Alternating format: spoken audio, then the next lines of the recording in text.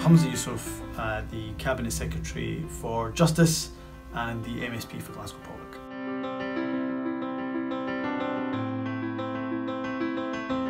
I remember the You Can Change This video that took place and it was recorded a number of years ago, 5 years. In fact, it was really powerful because 5 years ago we were individually, as kind of influencers, being asked, what can you do to ensure that you tackle violence against women? And it's interesting from my perspective. In the last 5 years, I've been lucky and blessed enough to be in government in a number of different roles. I remember 5 years ago I would have been in the international development role, and I used that position to help eradicate violence against women or tackle violence against women in a number of countries. So in Scotland, our international obligations are just as important as our domestic obligations. So tackling violence against women in countries like Malawi or India or Pakistan or Zambia, these were some of the projects that we had.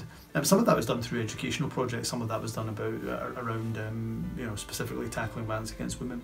And various other government roles as well. I've been really lucky to be part of a parliament, but more importantly part of a government that was able to bring forward policy, as I say, to tackle violence against women. And in my current role as the Cabinet Secretary for Justice, we have, for example, the Equally Safe strategy, which is helping to eradicate violence against women and girls.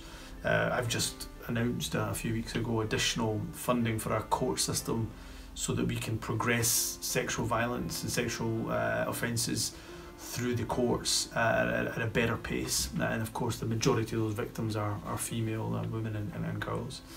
And on top of that, of course, we have regular over £11 million funding for our unit specifically designed to tackle violence against women and girls.